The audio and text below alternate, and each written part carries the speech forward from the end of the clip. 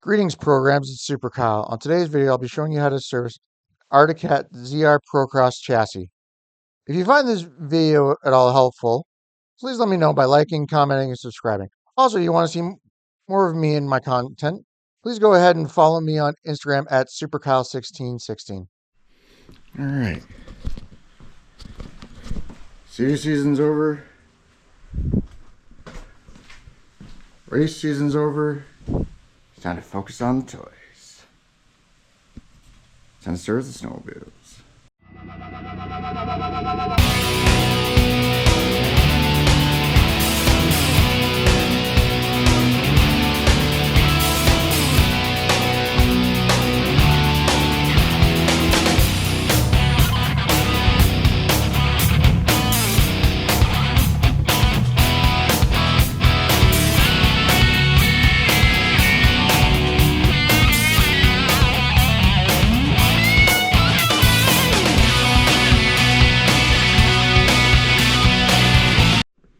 Here's an update I didn't think I'd have to be making.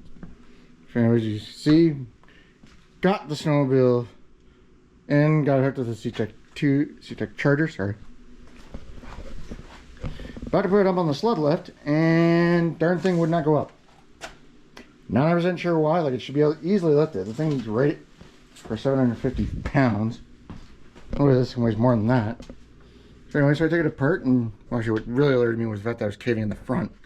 Then the paint off the front. So I was like, okay, this isn't good. So, you know, the actual screw part, the actual jack, you know, bolt, and the nut part of it looks fine. A little old. Screw part of it looks good too. You know, bearing doesn't seem like it's seized or anything. And then I took one look at that. I don't know if this is going to show up on camera. But yeah. No, that's no bueno. So I think that's what was happening. So yeah, looks like I have to change that out. Alright. Back at it.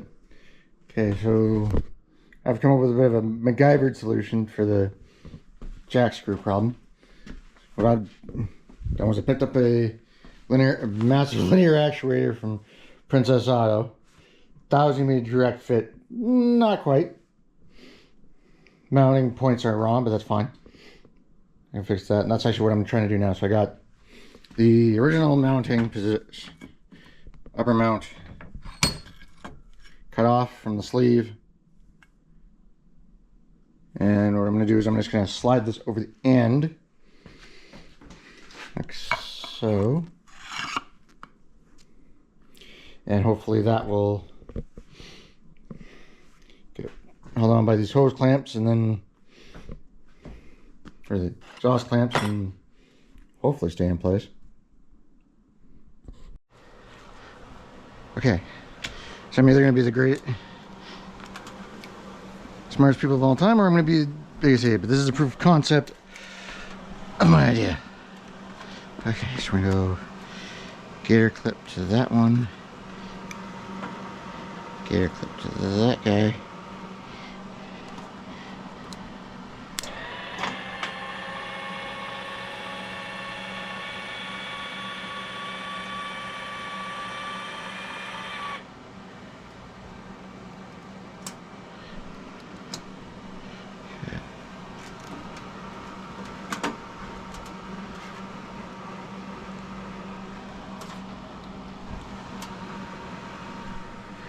So that we just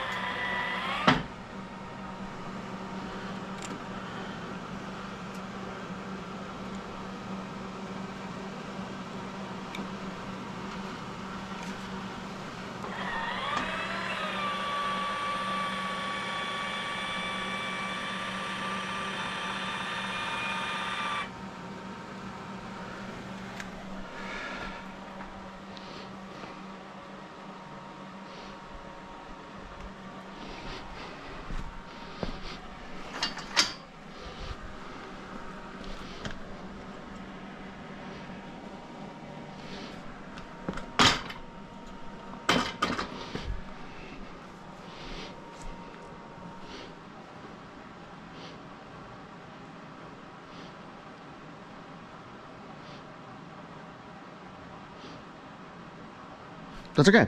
That's okay.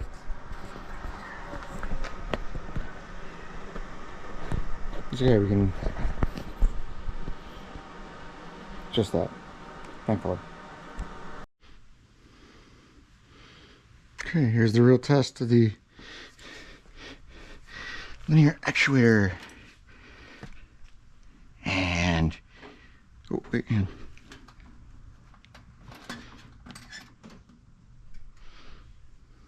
Oh, right, we have it unplugged. Duh.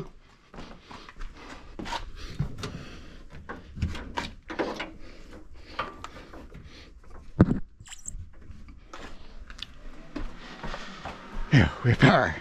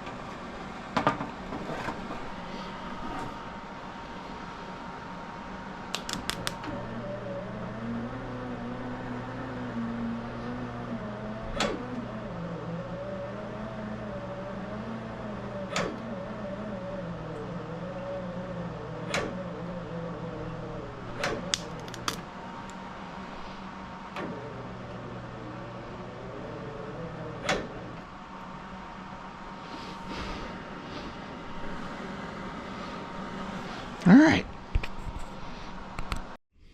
right, got it up. Not exactly as how I want it, but at least I know I can, linear actuator can actually lift the thing.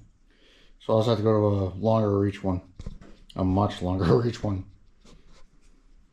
Anyway, so I'm just gonna just strip all the body panels off and just make it easier to access everything to get the front clip off here. So we can do it, change the spark plugs and have a look at the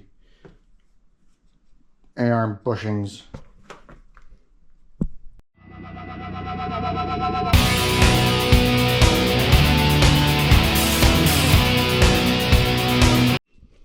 Alright, got the side panels off.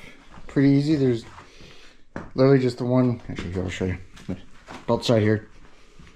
Same thing on both sides, it's just the way you pull them off is a little different. Okay, it's just one little cotter pin, which is anchored over here by the upper control arm. Just pop that out. Comes right out. Get access to the belt and at least the exhaust on the other side. Forget. That's all you gotta just. It's the same thing for getting access to the belt. Just pop that off, pop that off. Boom, oil. Right there, gear drive right there. Diff check, level check if you needed to held out of your way. Oh, of course it doesn't do it.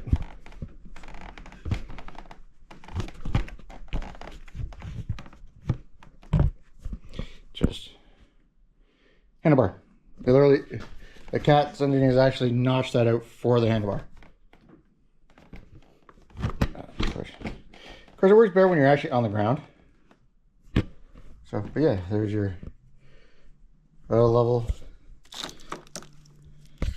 Okay, you're gonna have to excuse the mess of wire.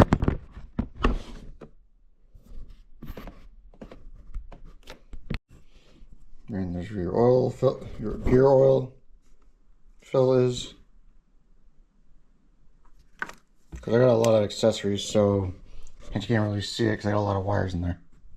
But yeah, basically that's how you get them out. Now to get this whole front shield off, it is literally one T20, or sorry, two T20s on both sides. So here and down in here. And like I said, same on both sides.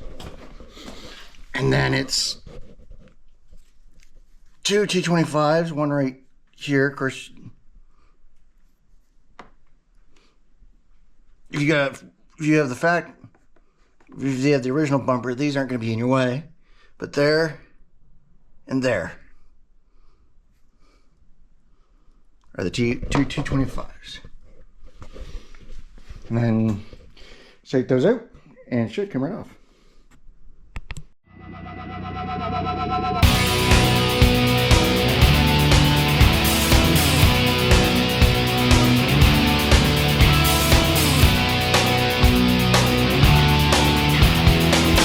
I remember to disconnect the gauge cluster as well.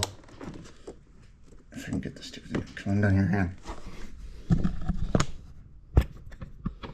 Oh.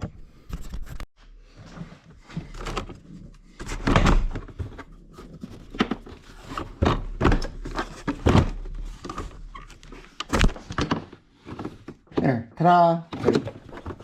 Now, front clip should everything, unscrew everything correctly. Come out.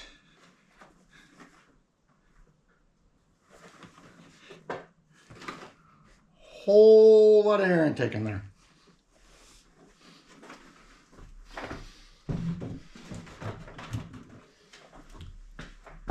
And with that, you have complete access to your engine. Well, almost complete access. Complete access, you're going to take the back pressure pipe off and everything. But, ooh. Is there only supposed to be two?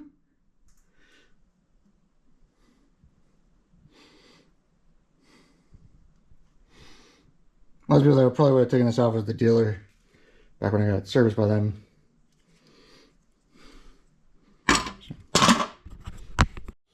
Alright, next step is to pull the spark plugs.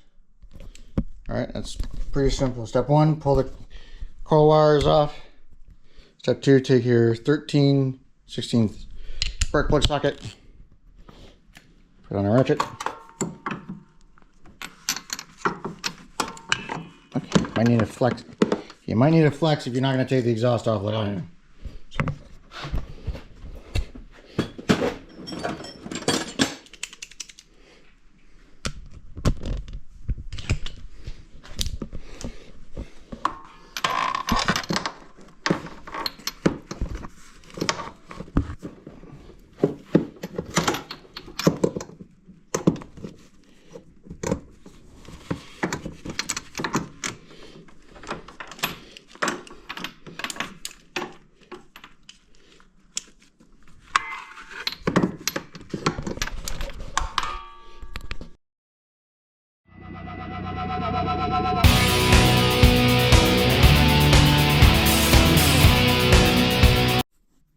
Alright, finally got the spark plugs out. Had to take the exhaust off. Not surprised about that. Anyways, focus on the spark plug. See, they're not looking too bad, but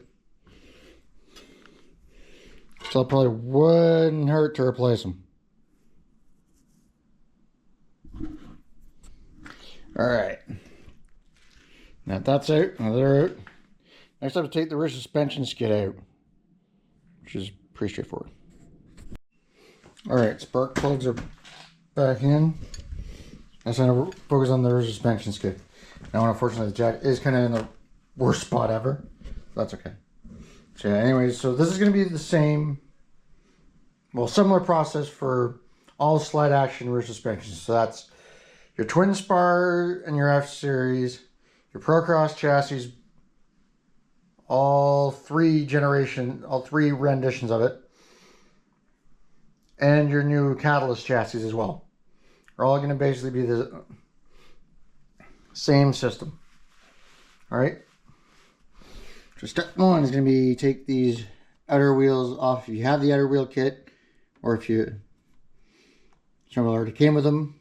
If you don't have the outer wheel kit, then it's just take these outer bolts out and then back off the track tension. What you're going to use a 1/2 inch or 13 millimeter socket. Probably can't see that, but focus.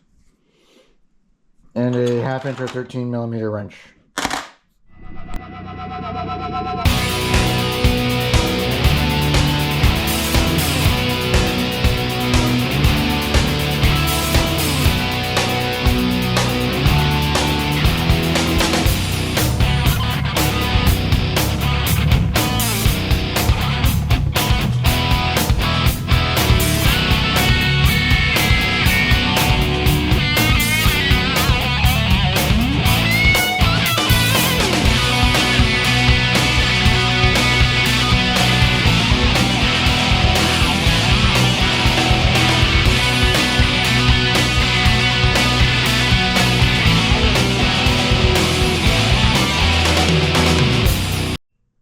Okay, got the wheels off, got the track about as far as I can get it down.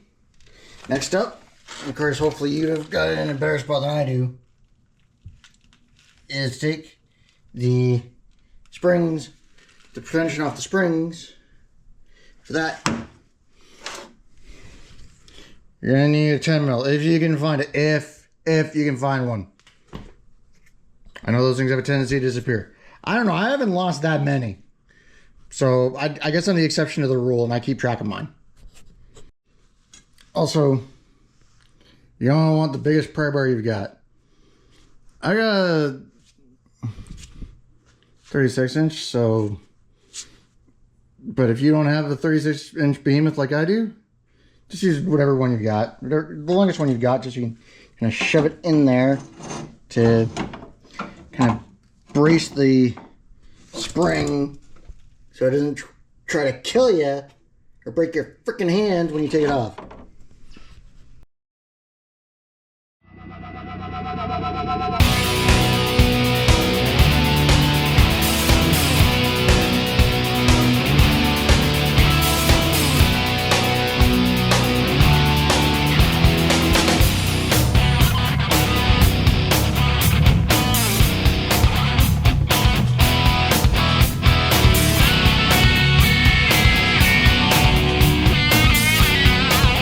Okay, got the supports out, and let's add that to the list of things to replace. Great. So now you got it out like this. All you have to do now is take these bolts right out.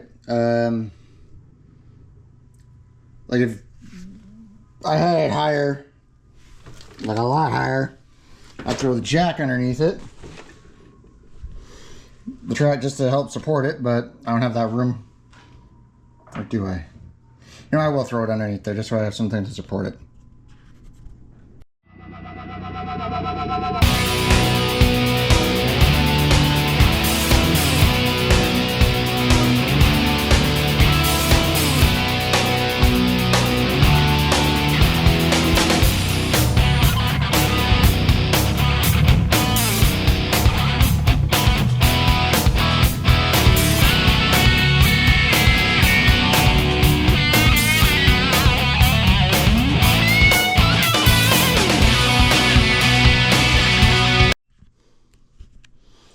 Finally have the rear suspension out. Now I get to have a look at what's going on.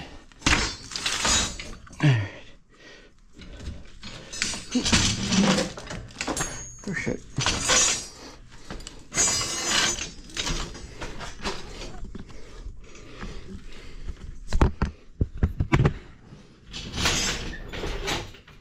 I really don't care at this point. I just want to see. Okay. So, yeah, not too bad. Yeah. Fair bit of life left in these, so that's good. I was worried about that. These are good, so they've actually... Oh yeah, I remember to talk about these on the Twin Spar chassis.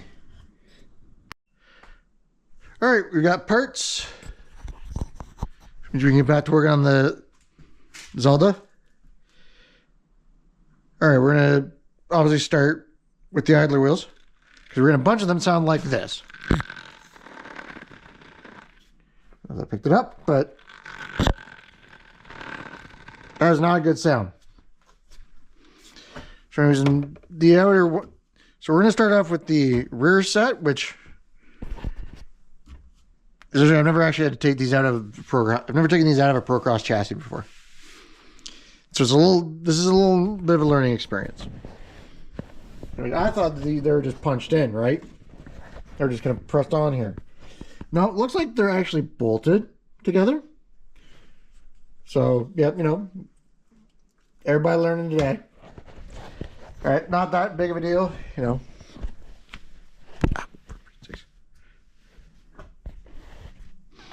Just 10 mil, 8 mil into the holes, back them out. All three of them. If I can get this on.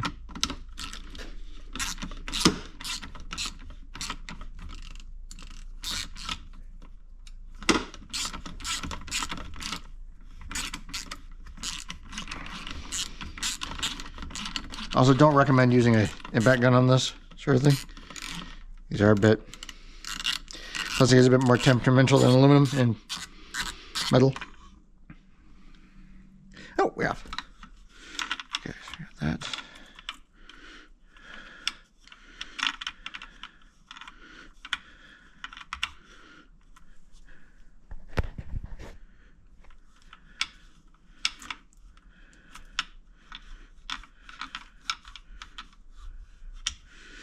One.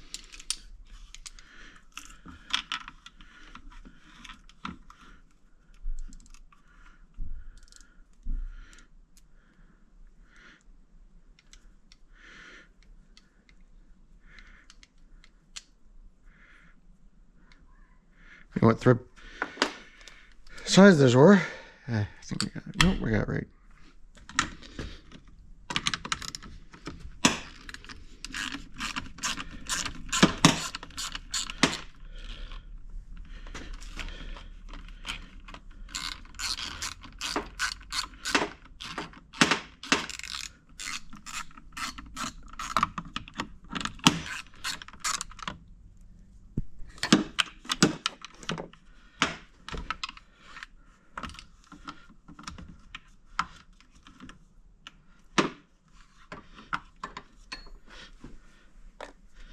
So we get them apart.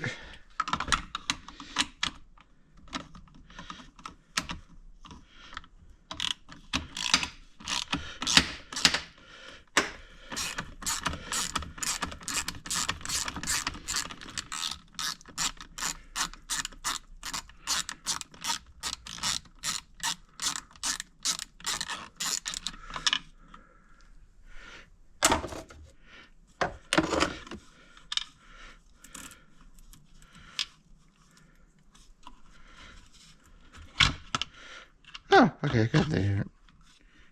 Everything pressed on. Okay, good.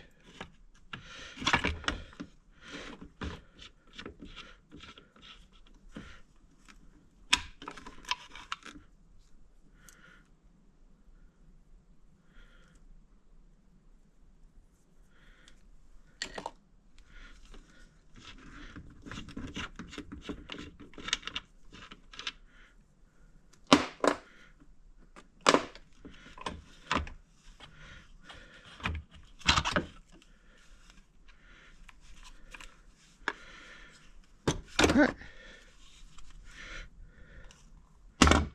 And voila.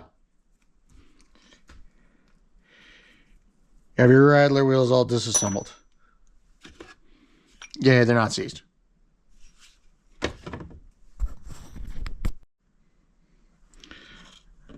All right. So we got all our idlers, separated finally. And now we're just going to take the time and punch them all out. Punch all the bearings out because they're kind of suck. Got, I don't know why they're tagged as Wolf Tech, but whatever. But we got brand new packet of bearings.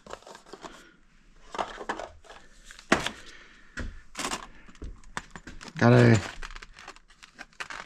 bearing erase and seal pull. Well, we're just going to use it as a bearing basher for now. So yeah, so all you need to do in order to get these out are a pair of snap ring pliers. And grab a hold of the C-clips, or if you want to call them J-clips. Because of the word you say when these things go flying, it's up to you. I'm not going to stop you, but technical term is C-clip because... no, that's right. C. Giant C. Alright. Now, these rear ones... Now, the smaller ones, it's easy. Just put it over to vise and, you know, bing, bang, boom, Bob's your uncle. So I guess I have to do it this way. Okay, we can add this to another list, the list of complaints for the ProCross chassis that I have. Mental note. Anyway, so now we just open up the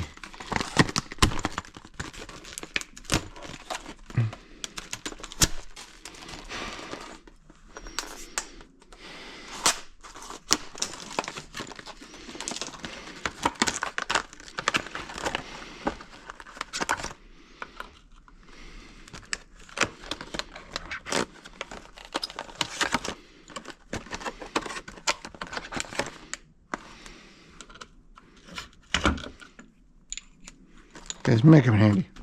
Make them handy to put the new bearings in. So, but yeah, for now. Alright, so snap rings out. Where did I put my hammer? I just had it. Oh, there it is. Alright. So we've changed my mind. I'm going to go with this sort of grab, so that way there's nothing damaging it. So I'm just hoping this works and I'm right. And just break the wheel. Oh! Working well. Nice. There's one.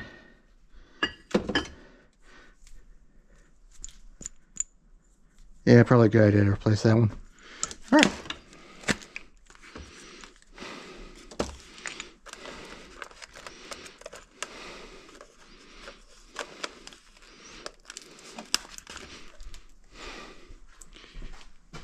Yeet. Ah, missed.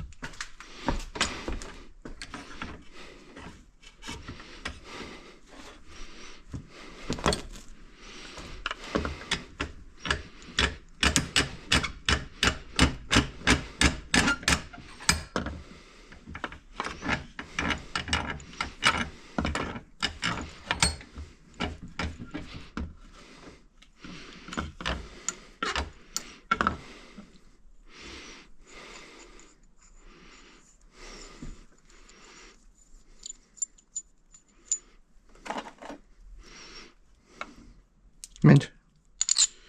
Guess what it throws on the outside.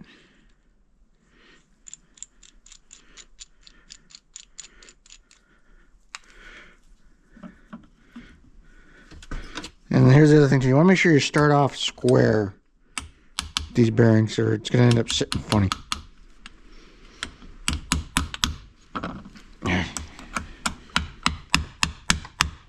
Maybe not.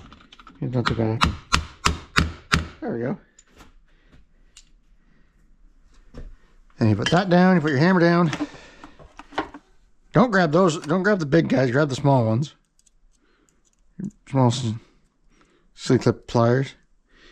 And close everything down. Make sure you're in the groove. See it all the way. And hey, presto, you got it. I'm just going to whip right through the rest of these. Probably, actually, I might leave you on my head. Get that in person, my POV.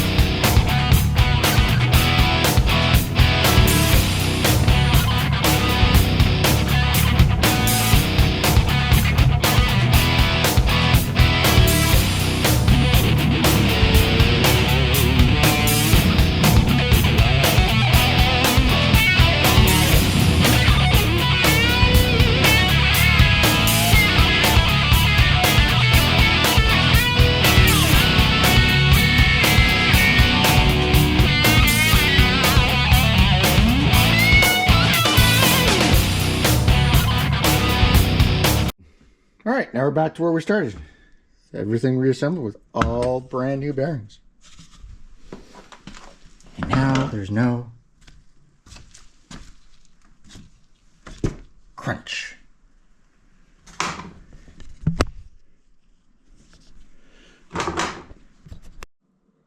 Alright, what we're going to do is we're going to take apart. Alright, what we're going to do today is we're going to try to have a look at the bushings on these A-arms to see what type of play we've got and see whether they need to be replaced or not. First thing we want to do is we're going to try at least take the upper part of the shock out so we have a little bit more wiggle room for that guy, because that's going to be a bit of a pain in the butt. This one's easy peasy, but I just want to get this thing out. So what you need is 13 mil, 15 mil, preferably something a little longer. I'll probably replace that when I actually go to replace them. And then, yeah. Stop falling. Here, there. All right, now I open up the 15 again.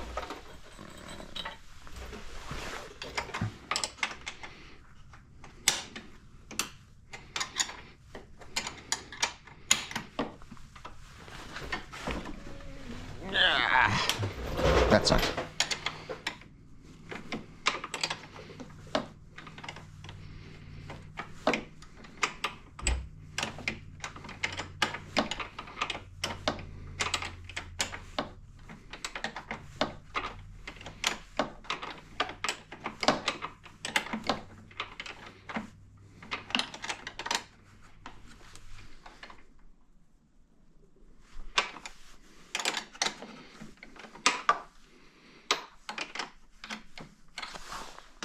Okay, that's better than I thought. Flashlight.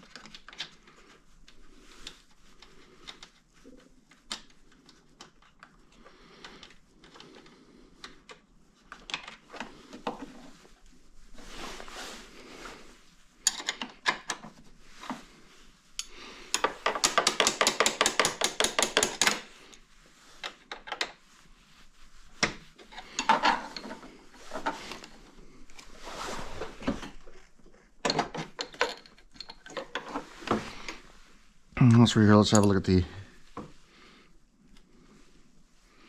Not bad. All right, cool. All right, let's do this. Get everything together. I'll take the bottom out. Actually, went a lot easier than I expected. All right, it's my pocket.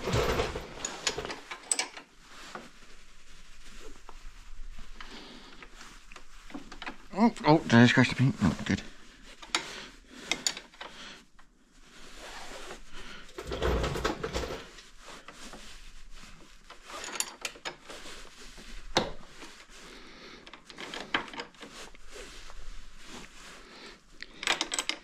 I crossed the slipping bolt. I got sorry, guys. Wait, are you reading? I got access down here. I'm back on time.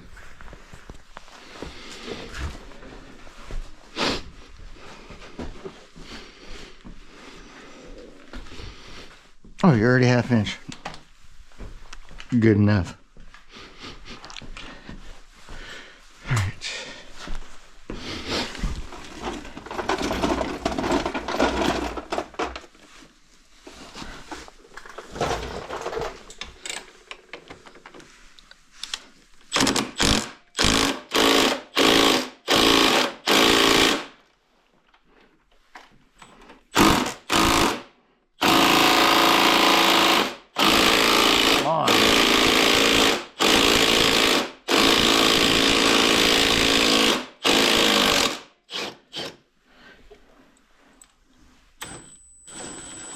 I know I better say that thing was cross-threaded.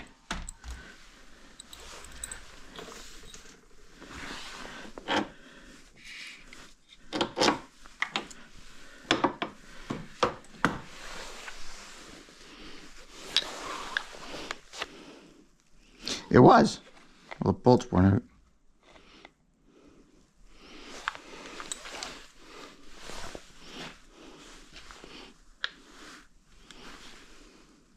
Or no, some dingbat at the factory Loctite the SOB.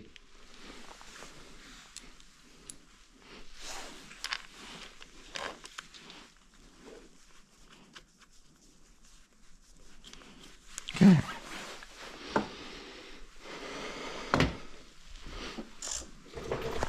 Now let's see what sizes we're dealing with here. Okay, so we can roll out that. Okay. Half inch or 13 and what?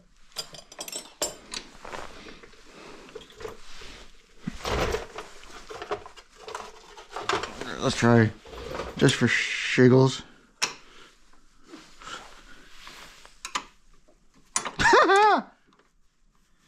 It is in fact a 10 mil.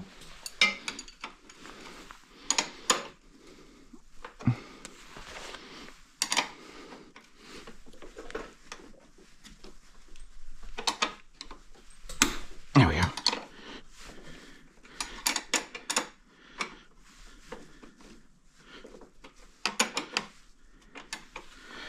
Okay.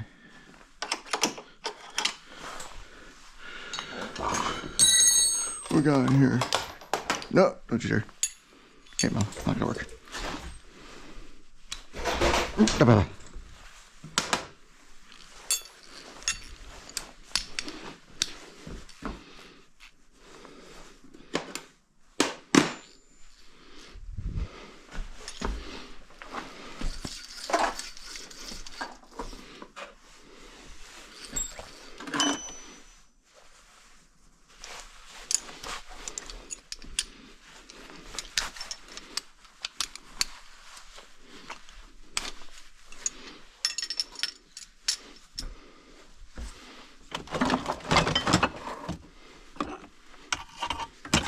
I'll probably call this out actually. Right, back at it. We're at 13 mil. There it is. Okay. Put it on the wrong frickin' ratchet.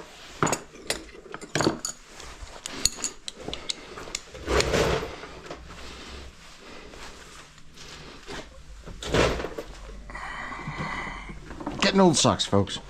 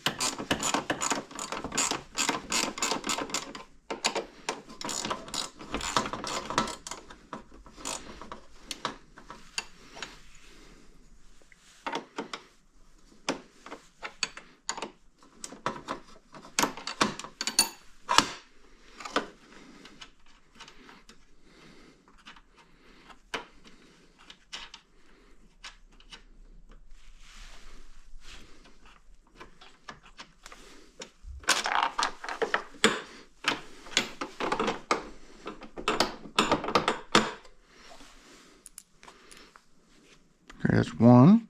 Actually looks in good shape. Okay. Unfortunately, you don't fit that way, or do you? No, you do fit. Never mind. I'm an idiot. Okay, now don't scratch the bumper. It's the last one for this chassis. By the way, not kidding.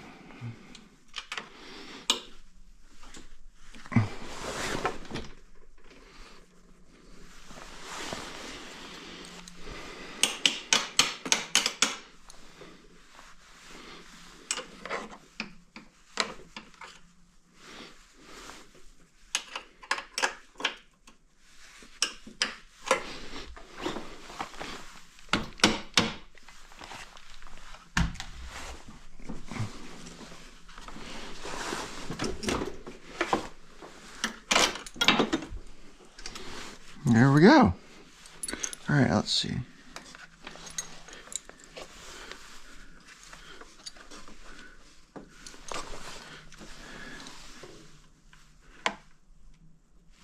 Why do I feel like there's so much play in it?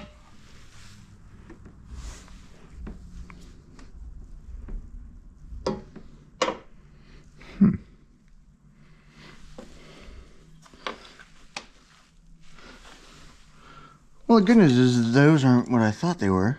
Probably use a little bit of lube. So when I do that, I'm going to clean them up and put some grease around the housings. Do that. Okay, so that means I do have to take the bumper off. Figure out how the heck to get that out. That's easy. And then I just gotta...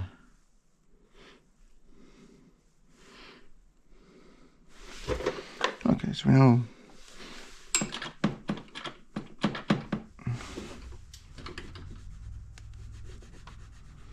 I don't want to take the boot, because I don't want to take the tie rod off. Alright. So as you can see, you got the... So I want to have a look at the front end here. And just because there was a lot of... Oh, here, I'll just show you on the other side here, because you can hear it just as well. Let me do one hand here. Alright, there seems to be a lot of... Oh boy. Maybe I do need to replace control arms. Okay, so I thought it was a lot of playing this. Okay. Well, either way, I want to have a look. I want to take everything apart. So I have to get new lower control arms. I have to get new lower control arms. But yeah, I want to have a look at these. I didn't realize these were actually steel when I did take them apart. Sorry. Yeah, of course I have an paper sheet. So these right here. The sleeves are actually steel, so we'll just clean those up. Clean those up, lube them out. But I want to take a look at this guy, see what there's any play in the bushings here, and then yeah, maybe put it back together and watch the lower controller. I've had to replace the lower. I'll have to replace the lower. Unfortunately, I have to get a factory one because I don't know what color I'd get from Royal. Anyway, so yeah, so I did a little bit of digging because I'm gonna be completely honest with you guys. I have no idea. I have never had to take the lower control arm out for this thing ever. So did some digging, and well, what I did find is that this does go into the frame, but there's just a nut in there. So unfortunately for me, on top of taking this whole thing off,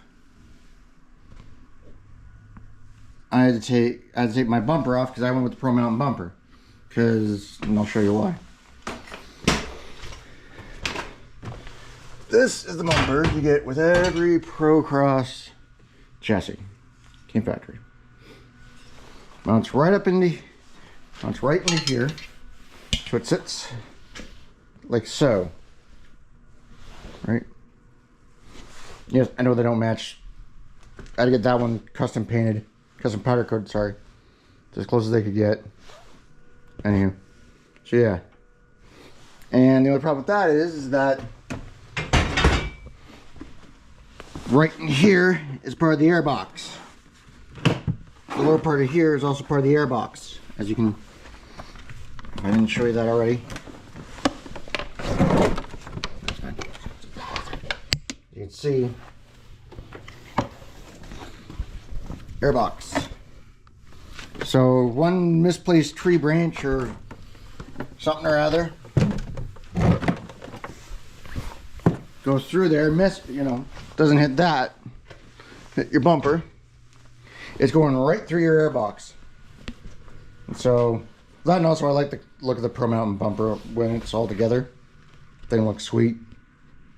So but yeah, now it looks like in order for me to get the lower control arm out, I've got to take the bumper off.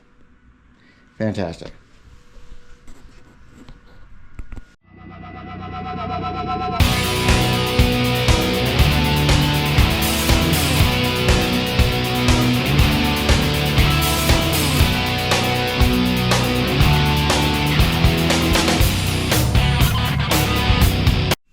Okay, got the bumper off, as you can see. Like I said, if you run the factory bumper, it's only here. You don't have to really worry about it. And of course, because taking everything else out of it, that just fell right to the ground, which, man. Of course, it helps when you take the panel off in order to save exhaust spring. As you can see, as the video I found shows, those are just being retained, which is perfect. Good to know. All right, so now we're just gonna pop that off and see our air arms looking. I'm gonna look up. I actually want to look up the specs for this so you can see how much, because that feels like there's a crap ton of play in that. Now that I've seen it, the light on, it feels like there's a lot of play in the lower controller. But that's what you get when you got a, gosh, it'll be 9-year-old snowmobile.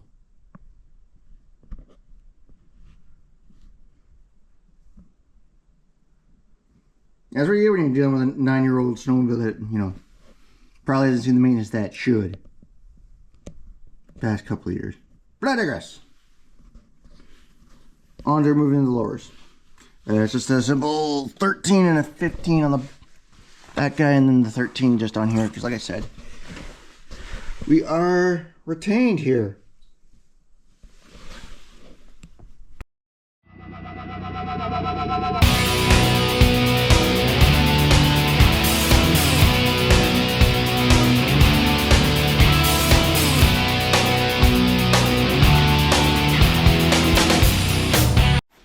Alright. Got the lower arm off on the left side. Actually, it turns out that's a 15 mil bolt. Mil head bolt. So anyways, taking a look at this stuff, and I was under the impression this was all plastic. I was clearly misinformed, because this is actually aluminum. And it's not too bad. It's probably, actually that probably doesn't need any cleanup whatsoever. Probably just take a little bit of emery cloth to it, clean up some of the rust. Throw some grease on it and, you know, put it back together. Put this back in. And then with this one, it's a little bit of rusty on the inside, as you can see by the bolt here.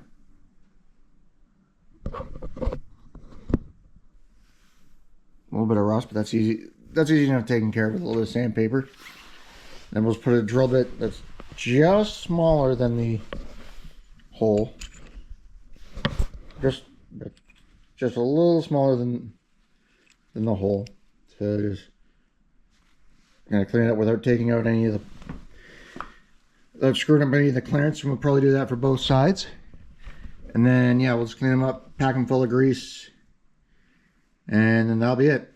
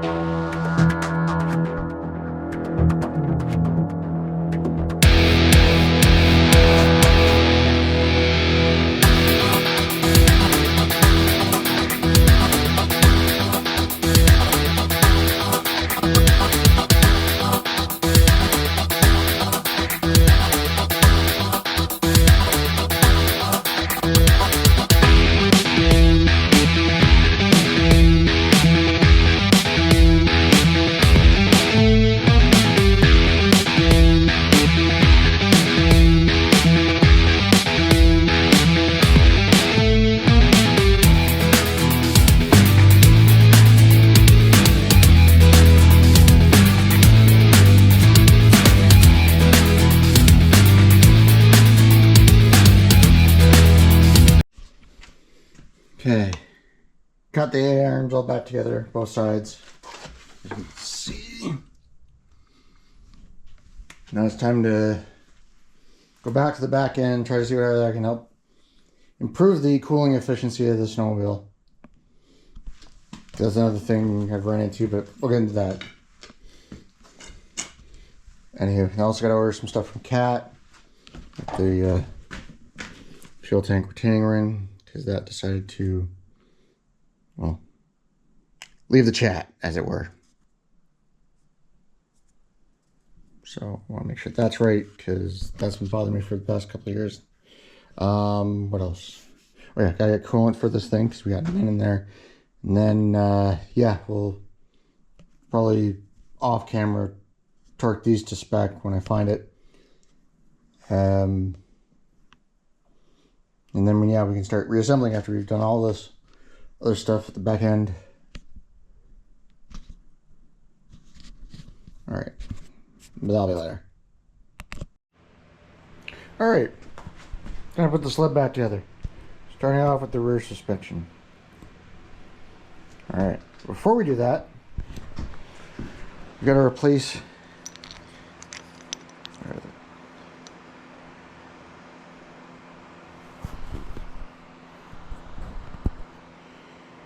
these suspension shackles. Actually, you can't really see on that one. Look at the other one.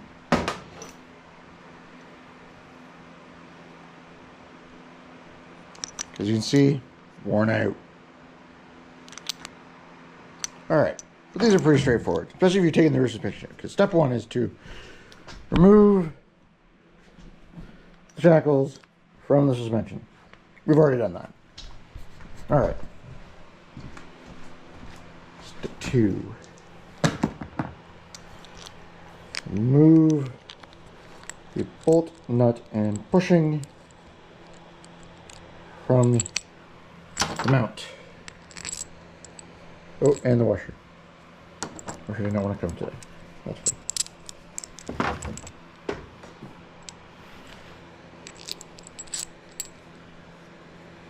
Get everything together. Second step. Take your mount and toss it into the garbage bin.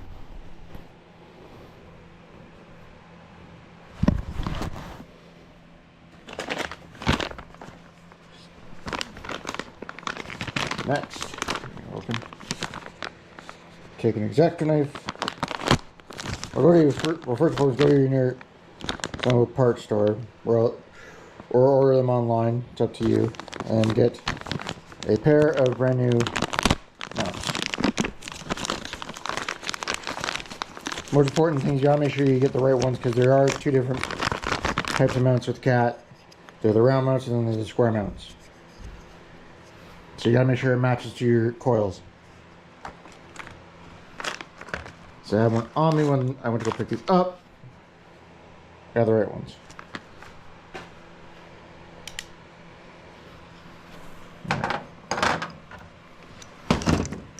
Just gonna wanna same thing again with the other one. So the washer actually comes with you this time. And zoom on.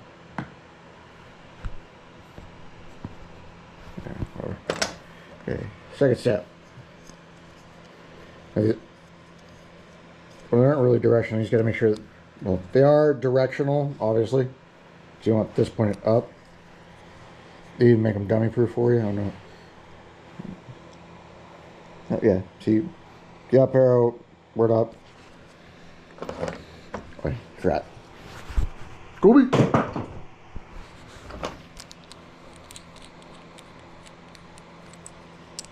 And then take the bushing. If you want to clean it up, that's up to you. I'm not going to bother. Okay, don't do that. Don't drop it. Look out, you move. No. Slide everything back together. And there you go. Let's repeat it again for the other one.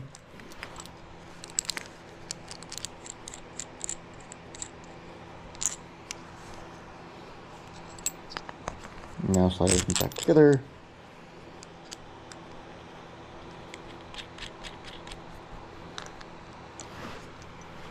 And voila. 2 brand new spring mounts. Done and done. Alright, before we get too far in the reassembly, I want to take some time to educate you guys visually on what makes the ZR ProCross chassis, and well, honestly, any of the cats from the twin spars to today, different than most other snowmobiles out there. That's because of this. This was what makes a slide action a slide action. Actually, I'll bring this up again. Actually, I'll go through a whole rundown of important stuff. Actually, so you see, 2016, so the exact year, model year run of this snowmobile. I know it's in pieces, but whatever. I actually have a few things marked off to show what's going on differently, or what makes these things different. So, first thing is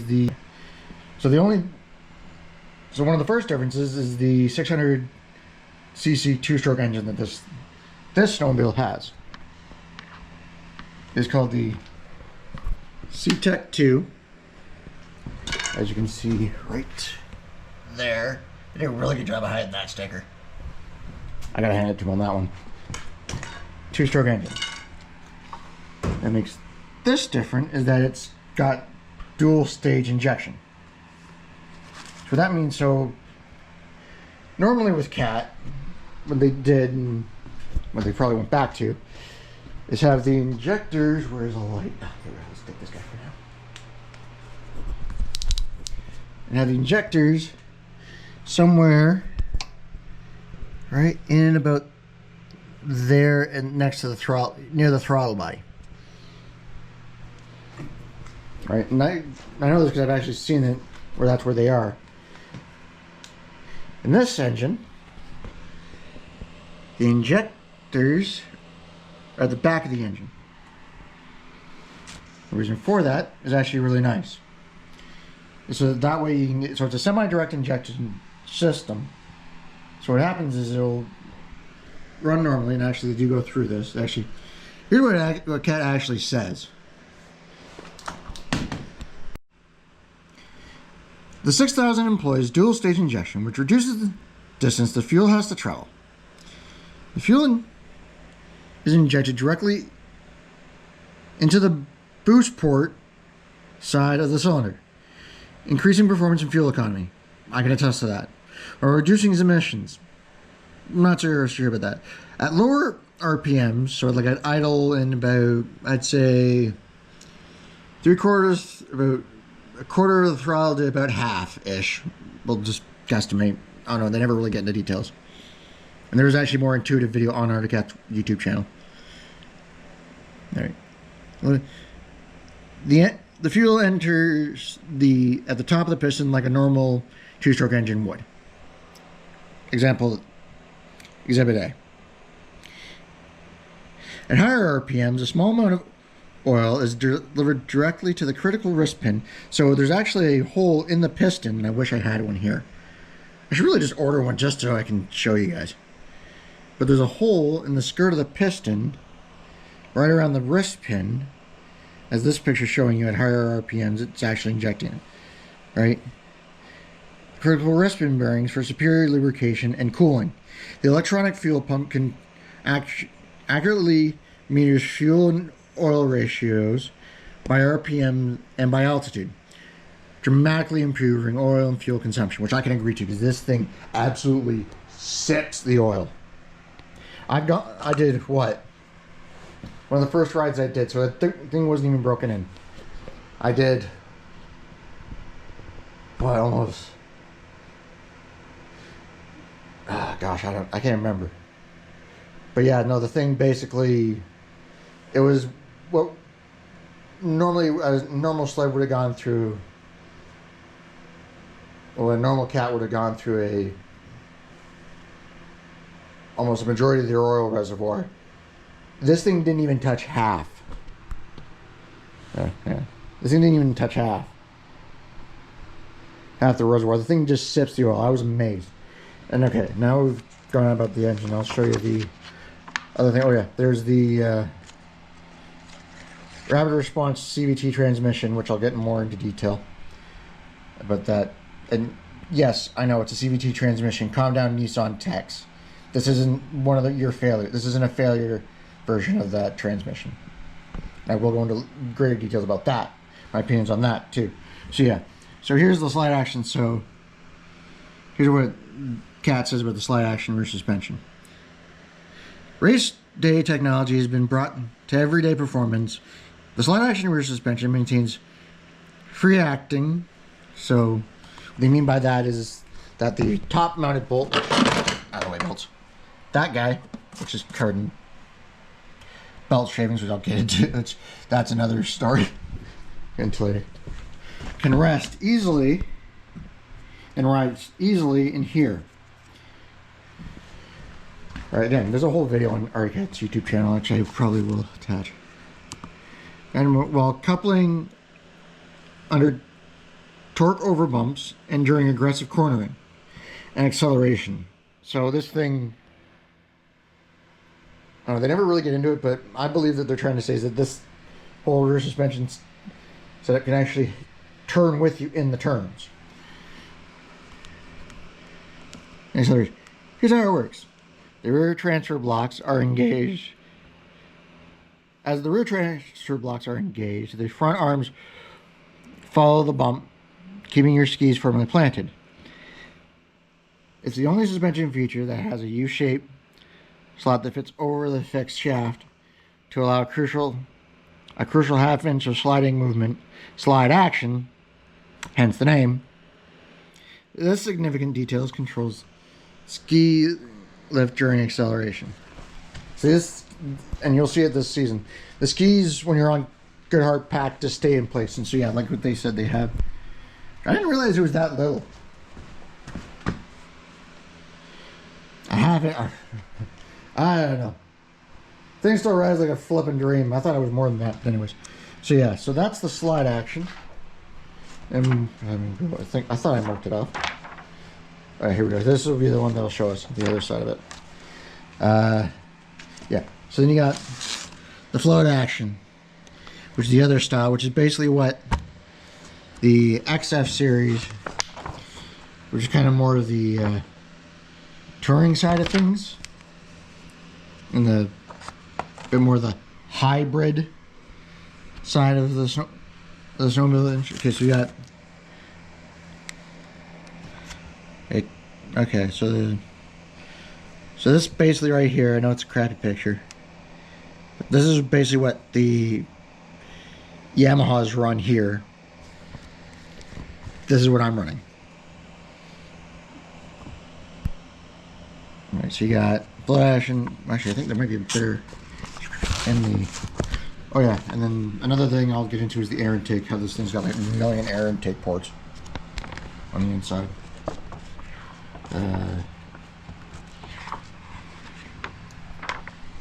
Here we go. Here's the float action. And you're like, yeah, same. I'm running the same rail, so that doesn't really matter. Float action suspension incorporates lightweight aluminum. So yeah, this is actually a bit of a better picture. So, although it is zoomed in, hang on, let me get back. So this is the float action. So this is basically what more conventional snowmobiles run, is where it's just basically that bolt holds that upper rail and permanently fixed, like it's permanently fixed. So the float action suspension incorporates lightweight aluminum axles, lightweight shock bushings, rail braces boost strength for jumping, rail cap wheels increase durability in all conditions. Okay, so that's not very informative, but that's basically the differences between these two sleds. Between the ProCross ZR or ZR and other snowmobiles.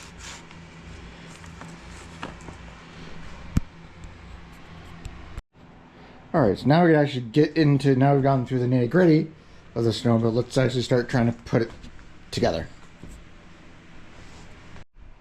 Okay, so now that we've gotten all the technical mumbo jumbo out of the way, let's actually focus on getting this thing back together. Like I said, starting with the rear suspension, which is easy. It's going to be step one, take the rear suspension, shove it back underneath the track. Step two,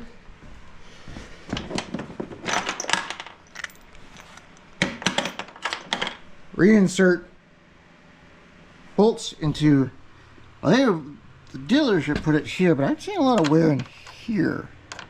I'm pretty bit wear it here, so I might actually, you know what? Nah. I mess with a good thing, right? The thing rides pretty good. I don't have to look at I'll have to look through old photos before I make that decision. But yeah, it's weird because it looks like there's a fair bit of wear. Where's a good light? Okay. Alright, it's bright. Oh, there's one. Fair bit of wear.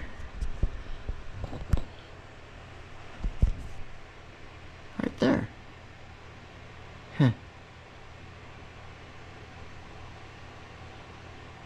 I don't know. I'm gonna put it up at the iron one. If I don't like it, I can always bring it back in during the season and fix it. Change it out. It's not that hard. Okay, we're going to do a slight change of plans because I can't seem to get it up. So we'll worry about that later. Yeah, so we're going to focus on the front now, starting off with replacing the spark plugs. Alright, the spark plugs are done, and unfortunately my GoPro decided to take a crap on that time lapse. So anyways, now it's going to be back to putting the exhaust back on. So I got to pull the lights out here so they don't get stuck. Then I got to find a way to fish it back over top of the coolant reservoir, but that'll be another problem. So yeah, we'll get that taken care of now.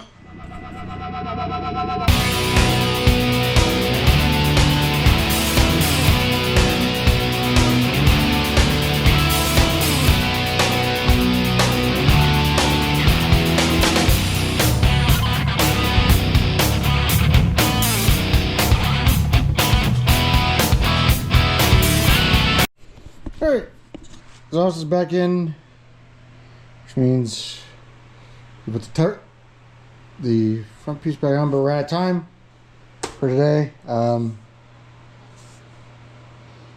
Yeah, but that'll probably get done once we get the rear suspension started, which should hopefully be tomorrow.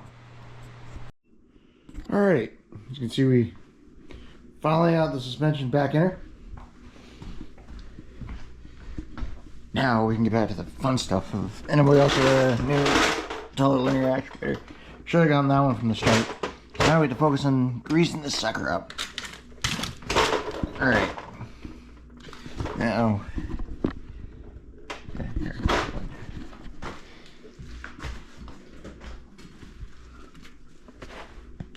Where the fittings are. It's actually funny because this one's actually. One thing I've noticed now a lot recently is that snowmobiles have been putting a lot less grease fittings in them. Used to be, you know, 6, 7. Should be a whole whack of them. Now there's only 3 again. On this one, literally 3. You got 1,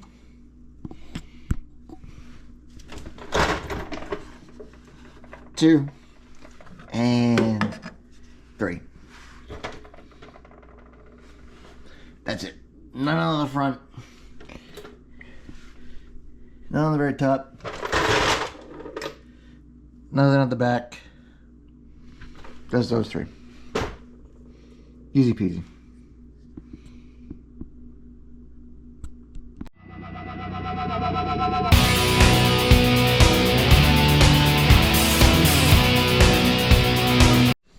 Okay, now that's been done. Grease at all the points. Need grease. Now we can clear everything else out of the way, put it back down, put the whole thing forward, then move it over so we have enough room to carry the rest of this stuff.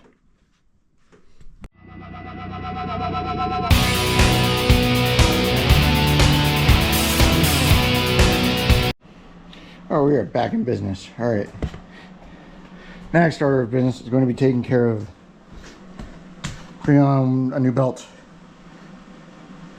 for this thing, because the last belt that was on here, this is just the spare belt. Eh? This one I'll probably do a little bit more talking through. So just doing this. Alright.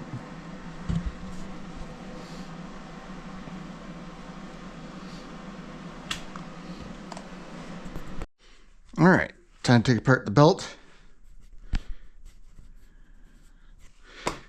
Alright, and place this belt so we can use this guy as the spare again. And for those of you wondering what happened to the last one, she was a little old and she did this. Oh, what's that? It literally delaminated, which apparently was a common problem with these ProCross chassis, hence mine and all the ones following mine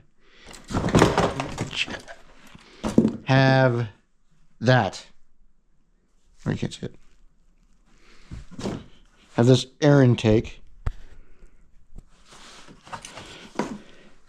that literally supposed to feed cold air right into the belt.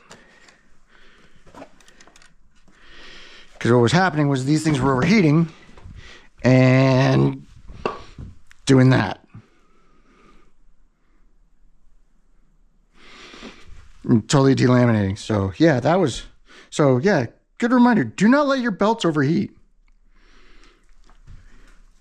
at all, because this is now trash. So let's do exactly that. This old Arctic Cat belt in the trash.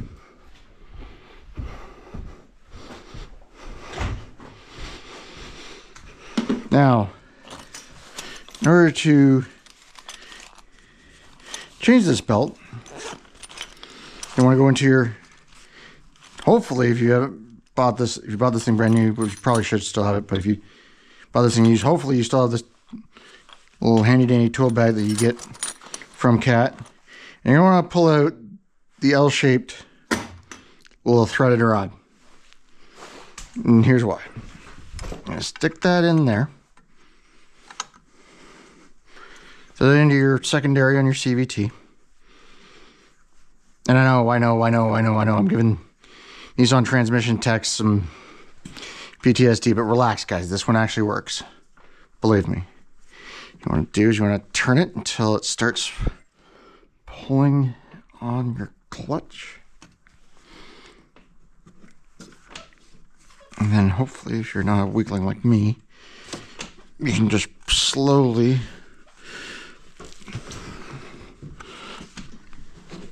pull the belt out.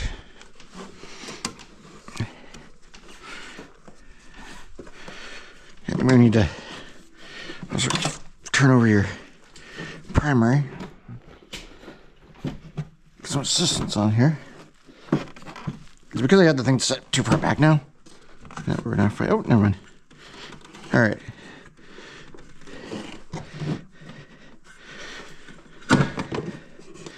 That's just out. Don't have a light in here. Oh, that's probably why I was fighting it. Have the light in here.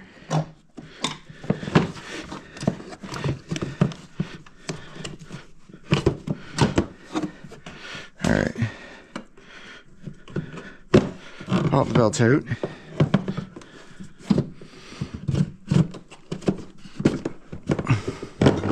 Like so.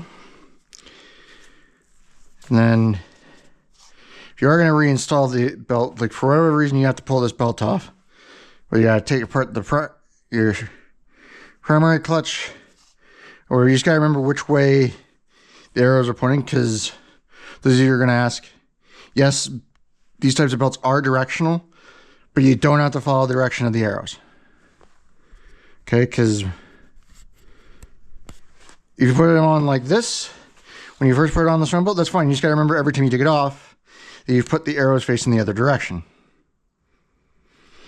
Okay, because once they get worn in, they prefer to work only in that direction. So now I just got to remember where I put the, yeah, here we go. The two, because I ordered a second belt because I was a little apprehensive, and we'll get into that story later. We're getting this thing all back together. But why I grabbed two belts.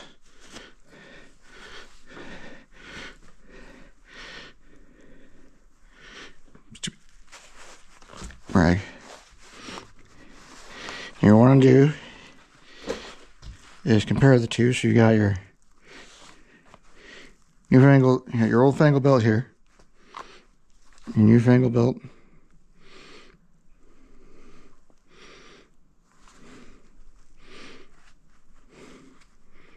Right here.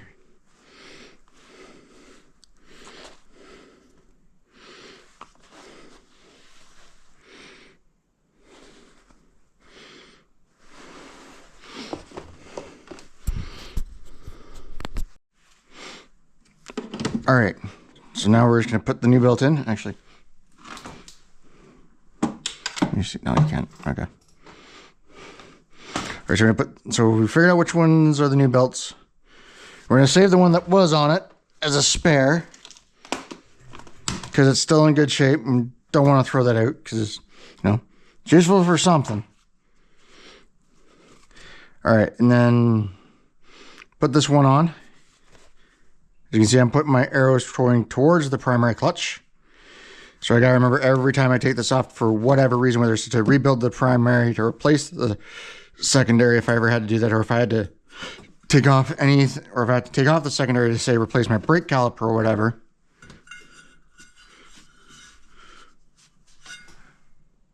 I'm going to do a further inspection, but that'll be next season. Getting a little too close to this season to worry about it. But yeah, basically I want to remember that the arrows were pointing that way, towards the primary. Because like I said, these are directional, and they are, once they get worn in, they do become directional.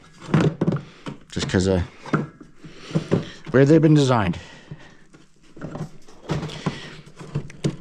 Could you possibly get away with doing it without having to worry about the direction? Probably. Should you worry about it? Definitely. Anywho, so yeah, the reason why I have two belts. Actually, we'll get into that a little bit. Well, actually, it's funny because that will involve the other snowmobile that I have, and the adventure that was 1 year, where I put on a non-factory belt, or my dad and I put a non-factory belt on his snowmobile. And the snowmobile, we literally put it down. We didn't take any of the suspension apart, so we didn't really worry about that. We just greased it up, put a new belt on. Bob was your uncle, slapped it all back together and called it a day. When he started to put it on the trailer, started it, and the thing started moving. So yeah, the old man and I were kind of like, and actually I think my former boss was involved in that one too. And yeah, we basically all looked at each other and kind of went, that's not good. So yeah, We then got a cat belt for it. Threw the cat belt on it, and presto, had no issue. All right. Okay, so now you got your belt back on. Now that you got the belt back on, you can take this tool out. It will then cause the secondary to open, allowing the belt to sit in. I hope this is the right belt. This might end up being a two-piece. There might be a sequel to this, but we'll worry about that when we get it on the ground. If it starts to take off or if it doesn't move, we go to engage the throttle, then we know I gotta change the belt. But yeah, we'll worry about that when we're on the ground. All right, so got your tool out. Put it back in your tool bag, and then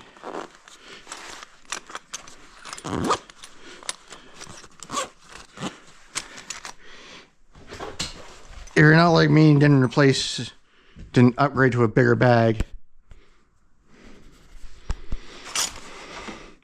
which I wonder where the factory one went.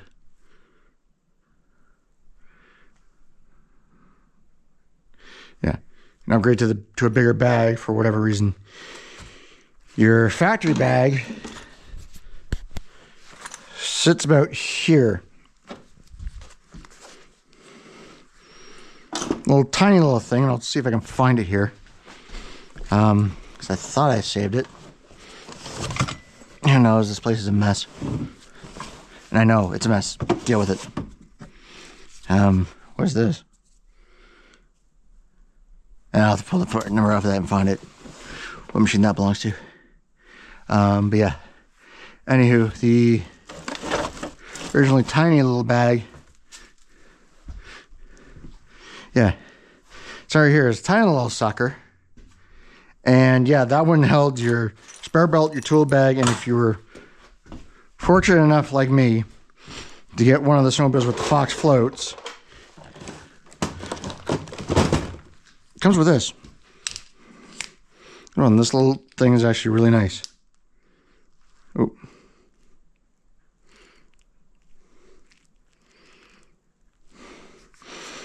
All right, this is the little air pump that goes along with the shocks, because this thing's apparently got a way to filter out everything except for the nitrogen. No, I don't know. Oh no, because of the shocks. Got around with the shocks. You're supposed to go in that little bag, but yeah, basically everything goes back in your little carry bag, along with everything else, which I can do an entire video series just on this bag. All right, so now that that's done, we can finally focus in on, well, A, cleaning out all the schmutz from the previous belt, if that's at all possible. Because yeah, like I said, when that thing let go, it let go. I am still cleaning out chunks of belt and side panel foam. I don't know where that foam came from, but yeah, no, there's like a bunch of stuff in here that I don't know. I'm gonna have to excuse the water this time around because yeah, I need to do some snow blowing. There's our old snowblower there, actually. Really nice machine. Really nice machine. It's actually, gosh, you're almost 20 years old. That thing's almost 20 years old. So it runs like a freaking champ. Starts every time I need it. Anyways, we're not focusing in on that. Focusing in on this. Oh yeah, the other well, actually we're just gonna have to continue rolling here. I'm actually gonna stick this light down in here and I'm gonna try to see if I can clean up what I can clean out here with my hands. Stay. Yeah, this is one of those things that, like I said, people that, companies that run CVTs on their cars and the mechanics that technicians that have to fix those now. Makes me grateful that I actually left the industry.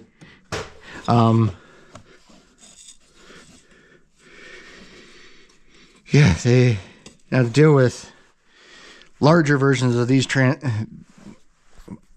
let's see, you're a little off.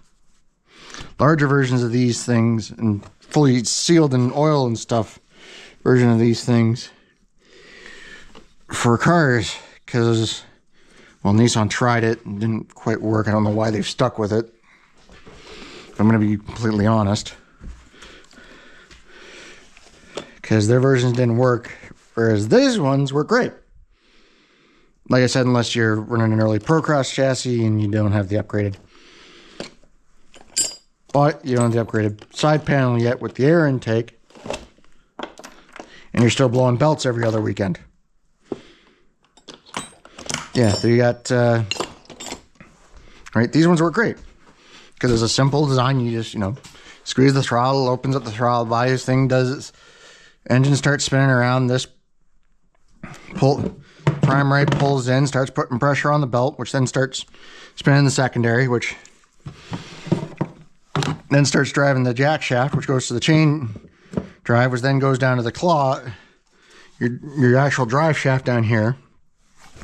You can see the brakes actually attached to it. Funny thing, right? And so, right? Or if you got twin spar, which we're going to get into that a little bit more details with the diamond, the very polarizing decision on that one with the diamond, with the Act Diamond drive, which we'll be talking about. All right, how do you, okay, oh, it's stuck in the clasp. Okay, let's see if I can get this clasp open, get those pads out, or get this out.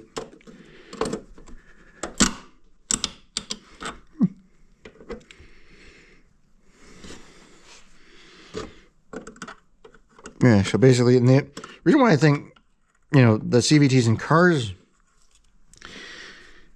kind of failed, well, still do fail, is because, like I said, I used to be a technician, so I went to school for this thing and around the same time and basically got shown what the differences are, right? Because I was talking to my teacher for that, and he basically said, right, and I basically said to him, so why is it that my snowmobile one works great, but the Nissan one sucks? Right, because it's like, right, because these ones, especially when you get ones from Team, because they're literally the biggest, right, like these, like Team clutches are like one of the biggest names in CVT transmissions ever, right? Like a lot of the OE manufacturers use them on snowmobiles, ATVs and side-by-sides, because believe it or not, ATVs and side-by-sides do run somewhat of a CVT. Certain ATVs and side-by-sides do run somewhat of a CVT transmission. All right, I know a lot of side-by-sides do. But anyways, I'm getting distracted. So basically, why is it that they work great in small engine applications, but the minute you put them into a full-size car, they suck? Well, the reason I understand it is that, especially with Nissan, what they did was they came up with this idea to basically make, instead of having a rubber belt and then you just replace it, right? Because if it was up to me, the way I design it is literally like this, where you'd have a giant, super strong rubber belt. You'd have your flex plate bolted to your primary flywheel and your transmission. And then have the starter basically bolted to your engine like it is in here, as you can see. And then literally have your secondary be mounted to your have your secondary be mounted, well, honestly, backwards from the way it is here, and have this mounted to your transmission. Right? And then just have this be replaced every time you get an oil change. Right? A couple extra $100 and you have to get this replaced every time you do an oil change. So every 3 months or every 3 months you get this replaced. Right? Because, like I said, this system works great. I've never had any complaints, again, other than with the twin spars, which the doors are closed right now. But yeah, we'll talk about the twin spars, talk about the spar chassis later. We actually get into it, the downfalls in that. And basically, what they did was they made these out of metal. So it was basically a steel band, something along the line, not too far off of something that looks like similar to that, but one continuous piece of metal with, how do I describe these little, like they almost look like teeth. So it's literally like a V-shaped, it's like, you know those little snake toys you can get where it's literally like a rope or something that just kind of just fed through the thing, and you turn it and it kind of just goes, and the whole thing kind of slithers. Yeah, it's like that, but instead of them being wood, they're steel and they're shaped like a V, and they're shaped like this belt. And what would happen is, because the way they designed them, because what they should have done was made it, the steel band that's in between everything, more in the middle. What they did was they put it like almost like the high side, to where it literally looks like this, right? To where you see, and actually you can see here where you have two pieces of the belt where you got the outer shell and the inner shell. But what was happening was that some of the teeth that are technically part of the belt that are like this, right, made out of steel, like I said. And I'll see if I can find photos and throw them in somewhere. But basically what was happening is that they would have what happened in my belt, which, oh yeah, I had the outer shell, what remains of the outer shell, parts of it, right? So basically what would happen is, like my belt, when it delaminated, those little teeth would break off the band, and now you have a gap. You have a gap in your, so it'd be like, for car enthusiasts, so you got your 2J, or people in the drifting world. So you have your 2JZ, that requires a timing belt that, looks like a flatter, not angled version of this. I know it's not, don't chew me apart in the comments. But basically, you have this, and all of a sudden you notice that there's like chunks of the belt missing, and your timing's changed, and all of a sudden your timing's jumped, right? No bueno, you end up with, valve meeting piston, you have a whole unholy matrimony between your valve and your piston, right? Ends up you having to do a massive rebuild, and the two of them the nasty divorce proceedings. Well, I guess actually that'd be the end of the piston and the valve. So it's literally till death do them part. I'm sorry, I have a very dark sense of humor. So yeah, so we got, well, at least most of the stuff I can, we're going to try to get most of the stuff I can find. Because, yeah, there's still bits, and actually when I took the underplate out, that's not belt. I'm still picking up outer shell bits.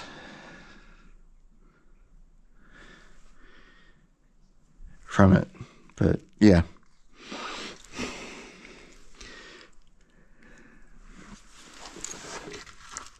So, yeah, that's, of course. I should have the tool for that. A good tool for that. I can help pull that out.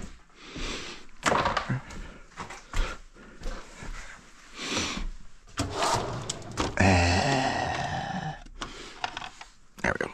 Get these picked out. And once I'm doing this, I want to briefly touch on some of the, at least my rule book on how to be a safe rider. This, you know, be a safe and have a safe and enjoyable season. And again, I'm sorry if I'm going to offend anybody with a few of these, but you know, I don't care. But yeah, okay. So my number one rule when it comes to riding a snowmobile, and honestly a lot of other things as well: never, ever, ever, ever, ever, ever go solo. Always make sure you have somebody either on another snowmobile with you or somewhere along the lines of that. I just really, I could probably take that off and not have to fight with that.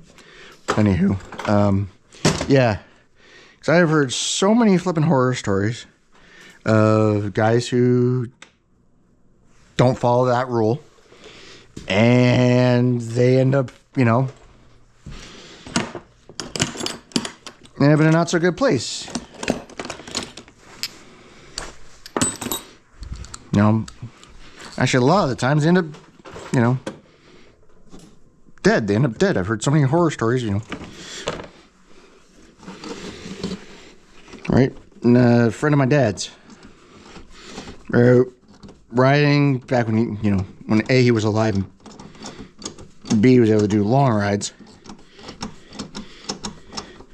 They're out this little barge that's literally right on the trail in this one area, and you know, they were basically closing down the place. And my dad, my uncle, the guy they were staying with, and a couple of other guys that were on this trip all decided. Well, my dad said, "Hey guys, let's go home. You know, let's go back to the cottage and, you know, go to bed." One buddy of his went, "Nah, I think I'm good. I'll stay until the place closes." And yeah, basically stayed till the place closed down.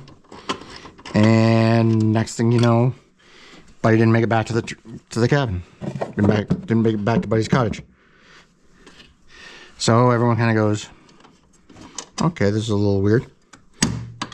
Go out to go look for him the next morning, and found out he ran into a deer.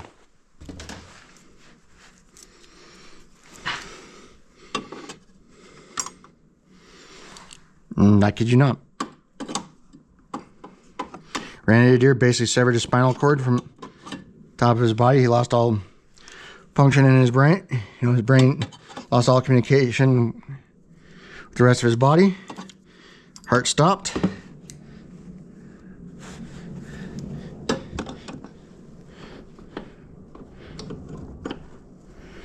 Killed him almost instantly, pretty much, as far as he told me. And like I said, this is, you know,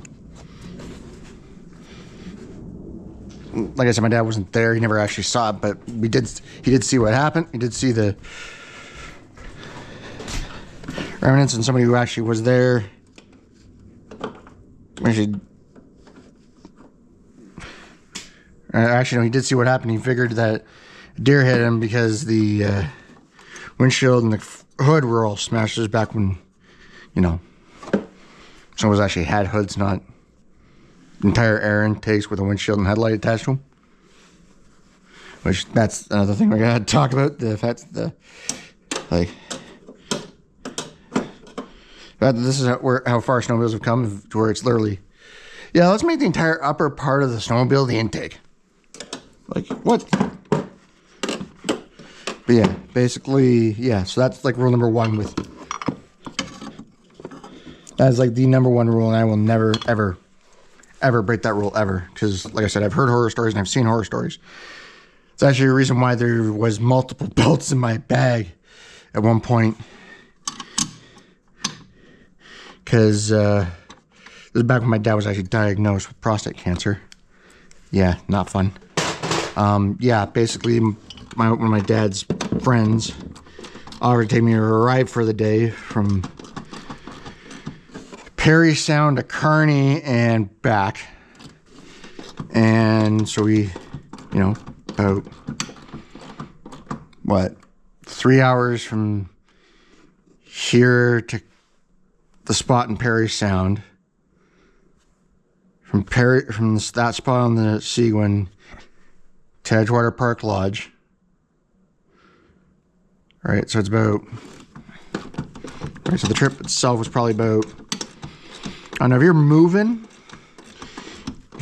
and you're not, you're moving pretty good, you're moving at a good clip, I'd say, I'm going to do the math and listen to it in either a voiceover or text to speak for Americans. But, you're moving at about, I'd say, 60, 70, 80 kilometers an hour, which is actually, for the Seguin, not even that hard. You could probably do the trip hour and a half. Do the trip about an hour and a half. Have an hour for lunch. Hour and a half, 2 hours back, depending on traffic. Right? And how many times you got to stop. That's pretty much an entire day. And on the way back, I remember this clear as day because we were just moving. In this one spot that's actually a bit of a swampy area, kid would pull off on the side of the trail, and we're like, well, this isn't good. But yeah, so yeah, anyways, I'm like, I looked at my dad's friend, and I was leading, he was leading, I was following, he and I both pulled over for the guy, see what we could help him out. No, because everyone was just going by him. Nobody seemed to care. It was kind of weird, and actually kind of sad to see the snowmobile community here in Ontario do that to a young kid. But anyways, actually, no. Wait, no, we were the first snowmobile he'd seen in hours. He'd been sitting there on the side of the trail for a little over an hour, and we were the first snowmobile he saw. Right, and like I said, he was on by himself. He had nobody else to, right? Young kid, he literally just, well, all I know is that Buddy had his brother's snowmobile. We're not touching whether he was allowed to be on said snowmobile or not. Not my problem. But anyways, yeah, no, Buddy was literally just, going along, and all of a sudden his belt grenaded. And when I say grenade, I mean like this thing let go, not the outer shell. This, like the belt, like literally cut in half and basically exploded on him, and had chunks of it wrapped around the primary clutch. Right? I mean, it was all wrapped around in here, and he had no idea the poor kid had no idea how to get the belt on, no idea how to get the belt off. Well, the rest of the belt off, and so we literally spent the next few minutes, I think we almost spent a half hour, just clearing out his primary and making sure there was no bits that were going to cause any havoc out of his belt drive system on his snowmobile. And yeah, that's where he came and said to us that, you're the first snowmobile I'd seen in hours. And that's why I never will ride alone, because like he said, you go alone, there's a high probability that you won't see people for hours. You will die of hypothermia before you see another snowmobile. But if you have somebody with you, and if you're to have cell range, right?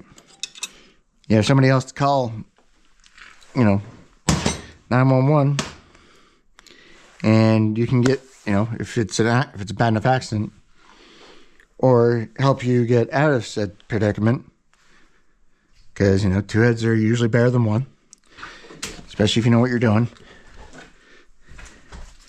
And that kid's so that's a prime example of rule number one: never, ever, ever, ever, ever, ever, ever go alone,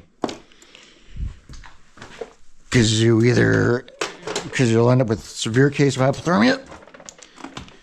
On the worst of it, not the best of it, the worst, you end up dead. And like I said, I've heard a lot more stories of people just, going alone and dying. Going alone, they hit a tree. Nobody knows that they're, And I know the rule book says, you always tell people where you're going. Yeah, that's not helpful. I can tell you that right now. It's not helpful. And here's why. Because say, you know, you end up with a, you know, you have to end up rerouting your trip and say, you know,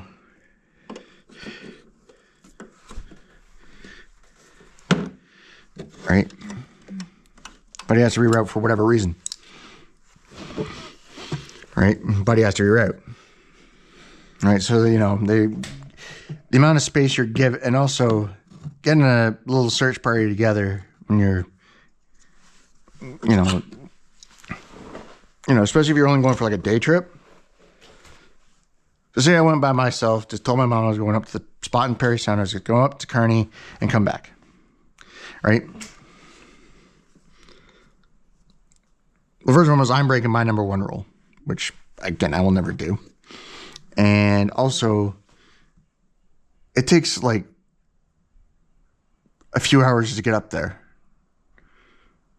And heaven forbid I got, you know, sidetracked because I want to go see, you know, a friend of my old man's that just happens to have a cut, you know, in the area, and I diverted. You know, you spend, you know, 12 hours, you know, you spend a few hours just getting up there, and then 12 hours just looking for them. At that point, you're dead. At that point, I'm dead, right?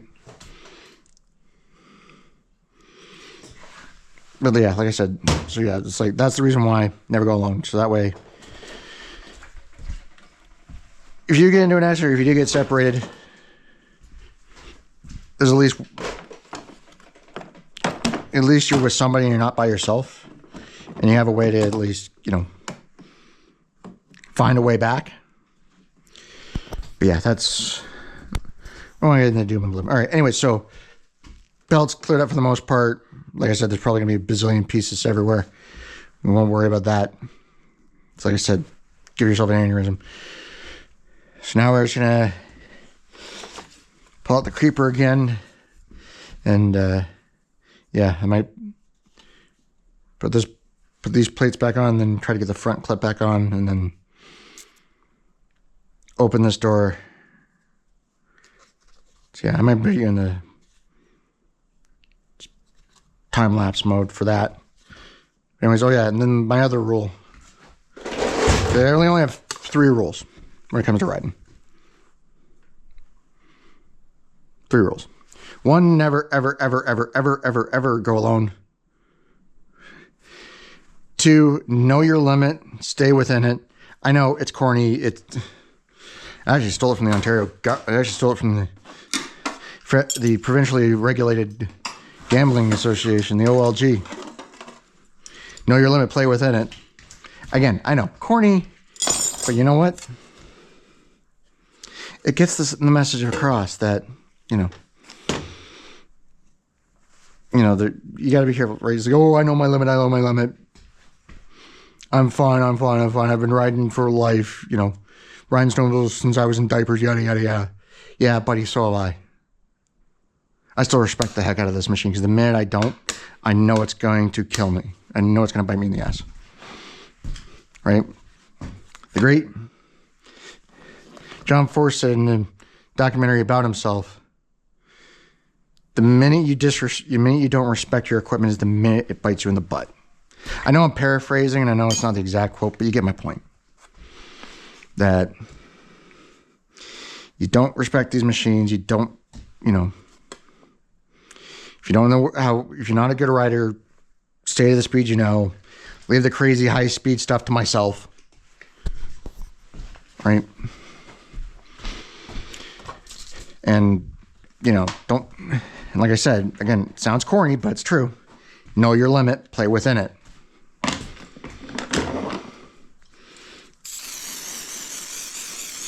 Yeah, this is a little quick wash before I put you guys in speed cam mode.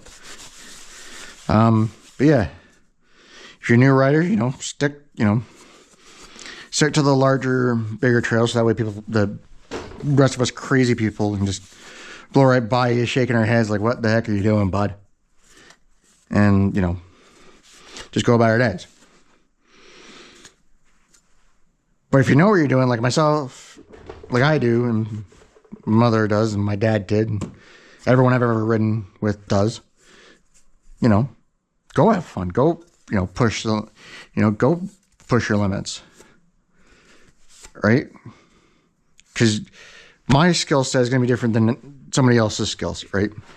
Somebody else's skill set. Like this snowmobile right here, when it's all together, I know this thing, I know exactly what this sled's going to do at any moment, at any given time, because I've been riding this thing since 2017, right? Or no, was it 16?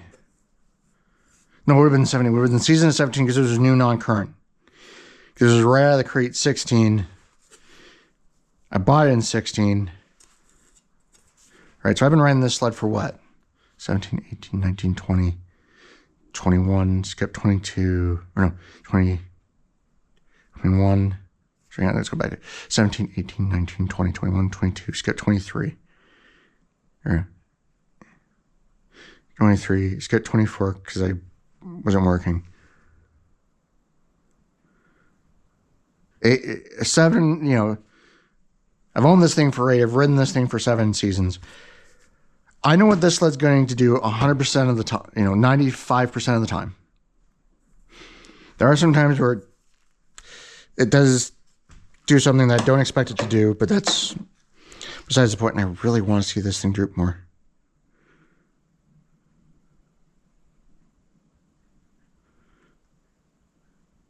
I don't know, we'll worry about that later. I'm getting sidetracked by myself here. But yeah, so I know where the snowmobile's strengths are. I know where the snowmobile's weaknesses are. The snowmobile likes the tight, twisty stuff. Likes the more aggressive snowmobile trails. 'Cause like I said, where is it? Here. They literally break it down for you. Right? Because you got your ZR, your ProCross chassis.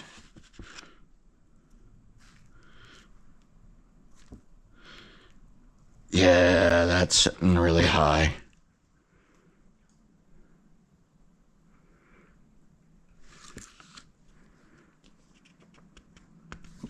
We'll worry about that later. Right? You got your engines. Right? And then you got, right?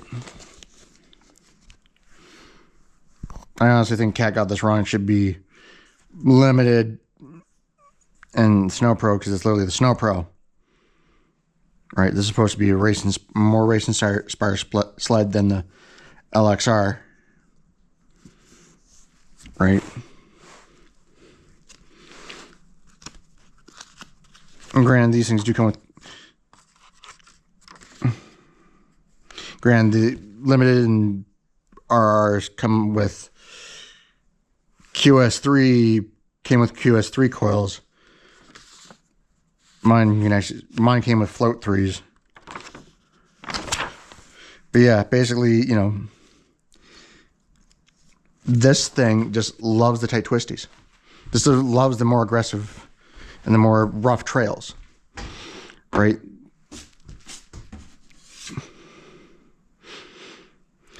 This thing, what it doesn't like is the really tight switchbacks because it's a 137 and this thing wants to push. But since I know it's going to want to push because it is this thing is essentially a mountain sled frame and chassis and everything on a trail sled. Right? So this thing, it's going to turn like a tractor trailer.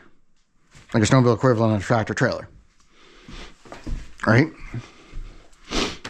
So when it comes to tight twisty stuff, I try to avoid it. But when it comes to the super tight, like the switchback sort of situation, I try to avoid them.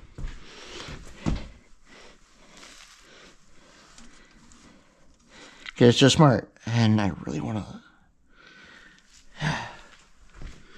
Right? So... with doing that, you gotta... you gotta remember, you gotta take those slow, because the sled's gonna want to push like the thing's gonna want to push like a crazy person. It's gonna want to push really hard in the corners. Whereas, my mom's sled, it doesn't want to push in the corners. I think it just wants to roll through the corners. Right? Because that's, 128-inch track. Right? Not 137 like this behemoth.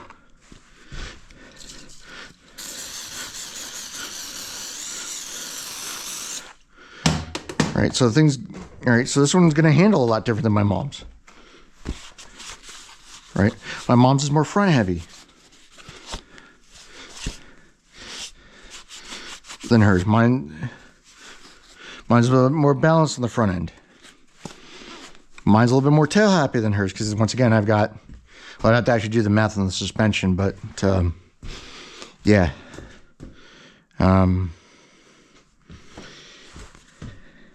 Yeah, anyways,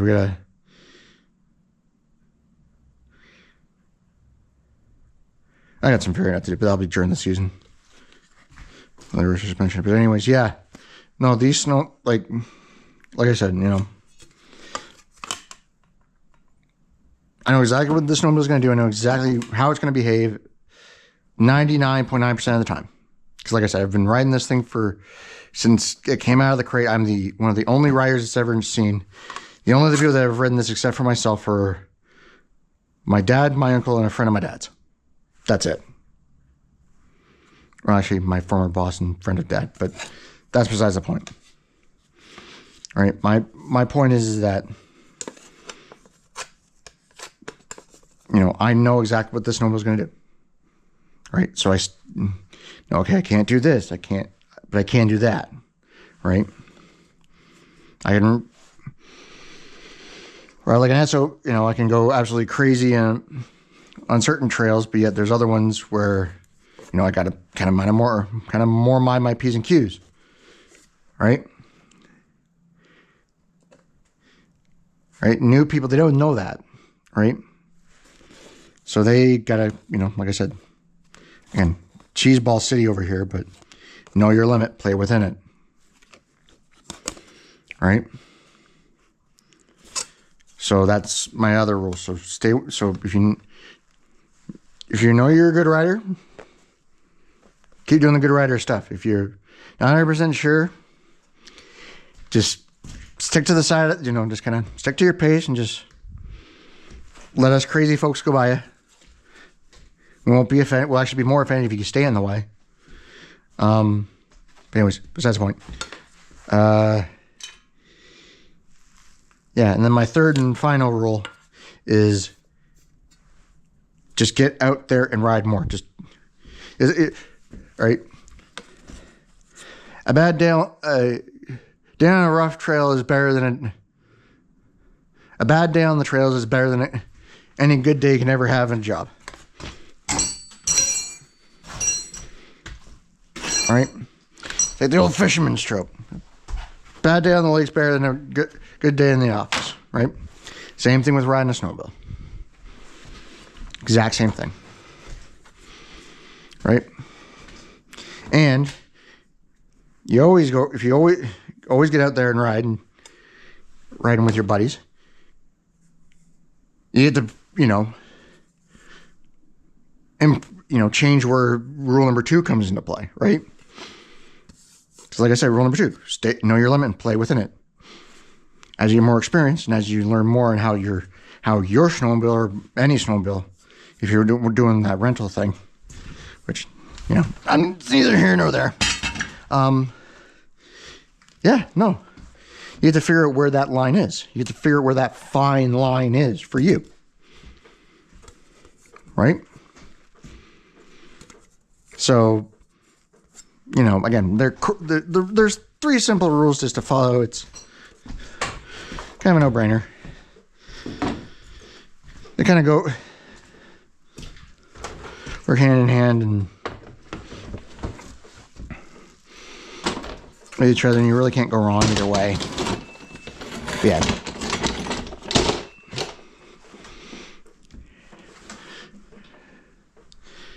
Yeah, so let's get back to putting this one back together.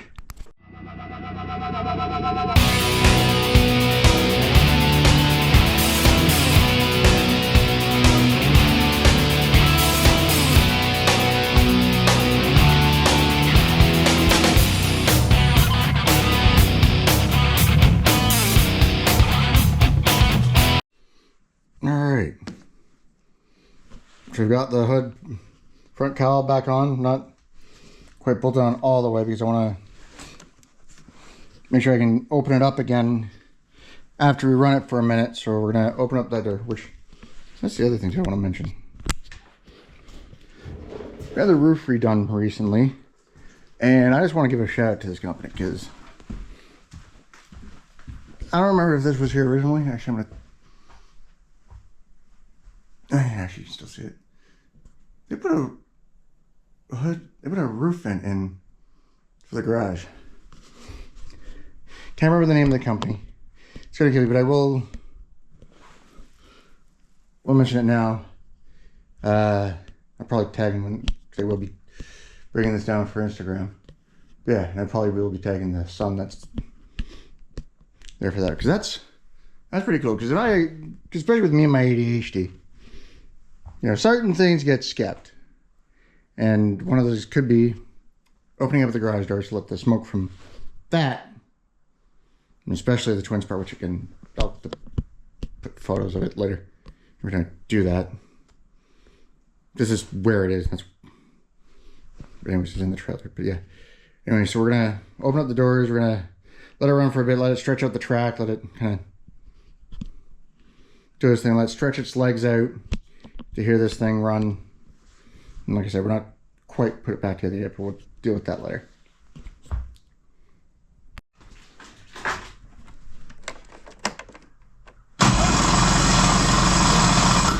Bum.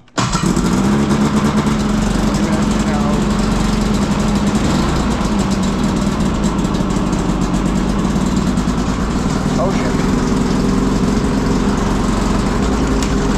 That is why it does things.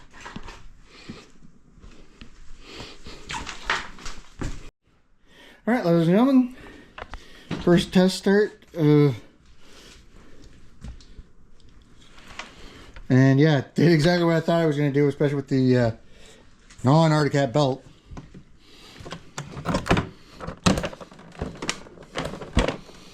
Literally started trying to drive itself out. If it wasn't for the hoist in the way and everything else, it would have kept going. So yeah, this is why you never, ever, ever, this is why you should try to always use the factory belt when possible. This is like an older sled, and then it's kind of not as finicky. But for some reason, these ones are kind of finicky. So yeah, always run a cat belt on a cat. Okay, attempt number 2 with the actual cat belt, or at least the cat belt I got. I don't remember being that loose. Alright, attempt number 2. Hopefully this time the track doesn't go crazy.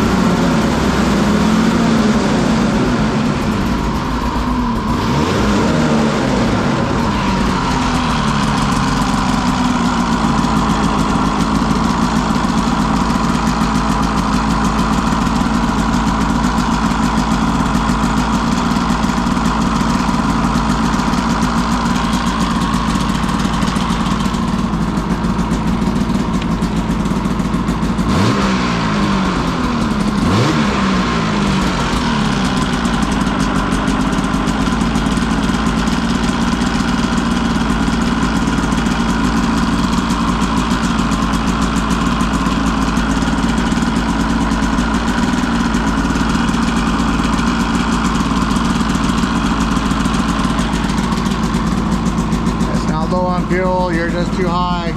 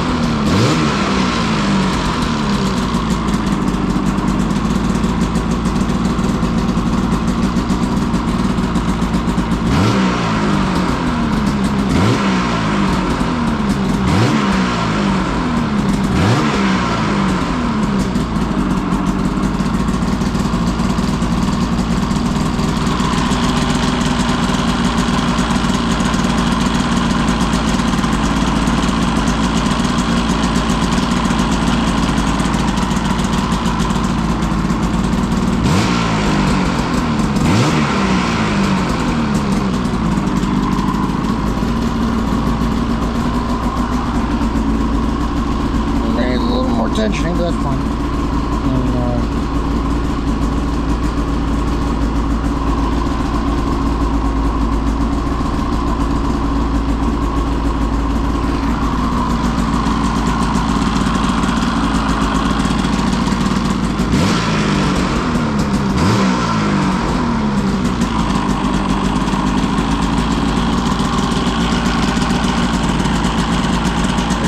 everything to warm up.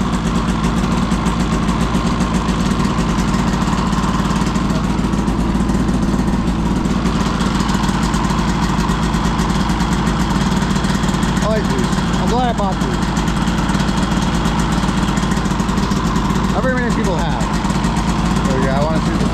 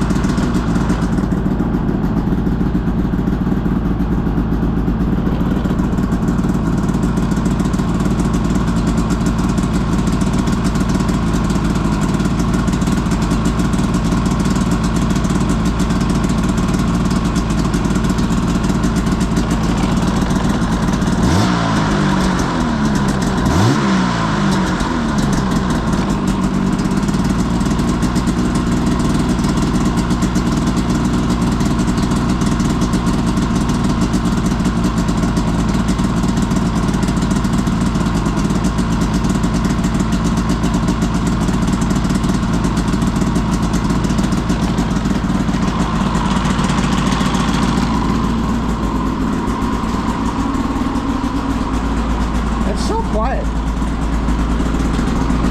don't know what's showing up on camera, but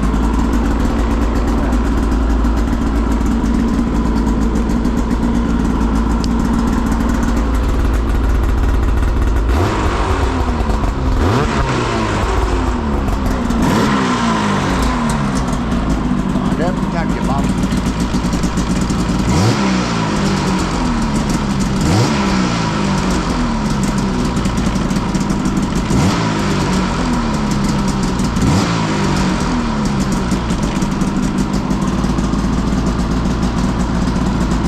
No, you're not up to temp. Oh shoot, first mix. I want to say that.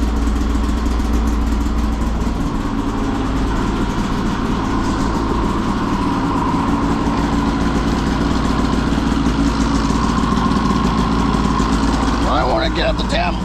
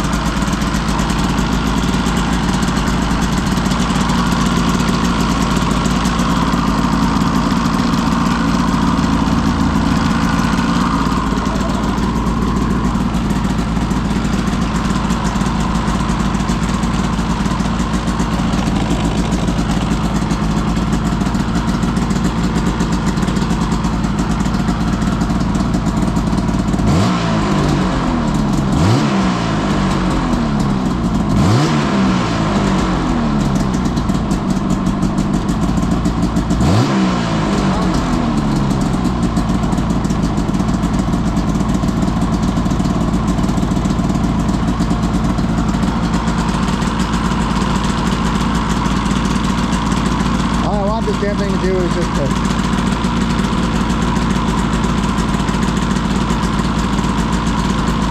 you have the temp so I can see, so I can watch the thermostat open.